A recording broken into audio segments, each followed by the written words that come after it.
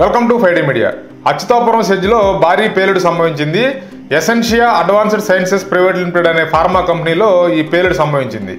దాంట్లో ఉన్నటువంటి రియాక్టర్ పేలి భారీగా మంటలు చెలరేగడం, తర్వాత ఆ పరిశ్రమ యొక్క పైకప్పు కూడా కూలిపోవడంతో చాలామంది కార్మికులు మరణించినట్టుగా చెప్తున్నారు.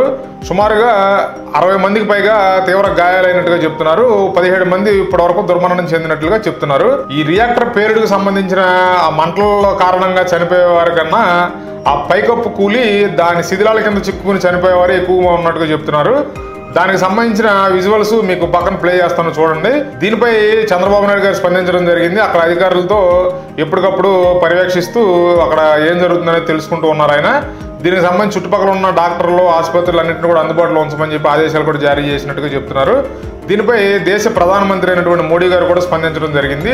ఈ ఘటనపై దిగ్భ్రాంతిని వ్యక్తం చేయడం కూడా జరిగింది. అక్కడ నుంచి అందుతున్న వార్తల ప్రకారం ఆ రియాక్టర్ పేలుడు దాటికి ఒక మహిళ శరీరం ఛిద్రం అయిపోయి ఒక చెట్టు కొమ్మకు వేలాడుతూ ఆమె పొట్టలో ఉన్నటువంటి పేగులు కూడా బయటకు వేలాడుతూ అత్యంత భయానకంగా అక్కడ సన్నివేశాలు ఉన్నాయని చెప్తున్నారు. ఈ అచ్యుతాపురం సెజ్లో ప్రమాదాలు జరగడం వాళ్ళు కొత్త ఏం కాదు. గతంలో కూడా చాలాసార్లు జరిగినాయి, కానీ ఇంత భారీ స్థాయిలో ప్రాణ నష్టం మాత్రం జరగలేదు. గతంలో కూడా ఒకళ్ళిద్దరు కార్మికులు చనిపోతూ ఉండేవారు. వాటికి సంబంధించిన వివరాలు లోకల్ పత్రికల్లో, లోకల్లో సంబంధించిన న్యూస్ల్లో రిపోర్ట్ అవుతూ ఉండేవి, కానీ పెద్దగా రాష్ట్ర వ్యాప్తంగా పెద్ద తెలిసేది కాదు.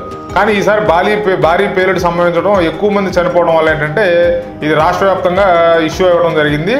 మరి దీని మీద అధికారులు ఏం స్పందిస్తారు, మరి దీంట్లో మేనేజ్మెంట్ అంటే కంపెనీ మేనేజ్మెంట్ వైఫల్యం ఏమైనా ఉందా, లేకపోతే ఇది ప్రమాదవశాత్తు జరిగిందా, లేకపోతే కార్మికుల అంటే హ్యూమన్ ఎర్రర్ ఏమైనా ఉందా, అంటే మనిషి తప్పిదం ఏమైనా ఉందా అనేది కూడా ఇప్పటివరకు తెలియలేదు. ఈ పూర్తి వివరాలు అందితే మాత్రం ఈ రియాక్టర్ పేలుడికి ప్రధాన కారణం ఏంటనేది అర్థమవుతుంది. బాధాకరమైన విషయం ఏంటంటే ఇక్కడ ఈ షిఫ్ట్ మారే సమయంలో ఈ ప్రమాదం జరిగింది అంటున్నారు. అంటే జనరల్గా షిఫ్ట్ మారేటప్పుడు ఏంటంటే 2 షిఫ్ట్లో ఉన్న ఎంప్లాయీస్ కూడా షిఫ్ట్ మారే టైంలో అక్కడే కంపెనీలు ఉండే అవకాశం ఉంటుంది. అంటే ఒక సపోజ్ ఉదాహరణకు తీసుకుంటే ఒక 100 మంది ఏ షిఫ్ట్లో పనిచేస్తున్నారు అనుకుందాం. బి షిఫ్ట్లో ఇంకో 100 మంది, ఈ 100 మంది డ్యూటీ దిగి 100 మంది మళ్ళీ వచ్చి జాయిన్ అవుతారు బి షిఫ్ట్లో. అదే షిఫ్ట్ మారే సమయంలో ఏమవుతుందంటే ఈ 100 మంది డ్యూటీలో ఉంటారు.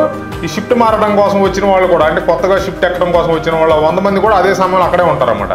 అంటే దీని అర్థం ఏంటంటే అక్కడ ఎక్కువ మంది 2 షిఫ్ట్లో ఉన్న ఎంప్లాయీస్, కార్మికులు అందరూ కూడా ఆ సమయంలో ఈ పేలుడు సంబంధించిన సమయంలో అక్కడే ఉండడం వల్ల ఇంత భారీ స్థాయిలో మరణాలు సంభవించినాయని చెప్తున్నారు. ఇంకొక విషయం ఏంటంటే ఈ మరణాలు 17 మందే కాదు, ఇంకా ఎక్కువ మంది మరణాల సంఖ్య పెరిగే అవకాశం కూడా ఉందంటున్నారు. ఎందుకంటే ఇప్పటివరకు తీవ్రంగా గాయపడిన వాళ్ళు 60 మంది అని చెప్తున్నారు. 60 మందిలో కూడా ఇంకా మరణాలు సంభవించే అవకాశం ఉందని చెప్పి కొన్ని వార్తలు వస్తున్నాయి. Thanks for watching. Please like, share and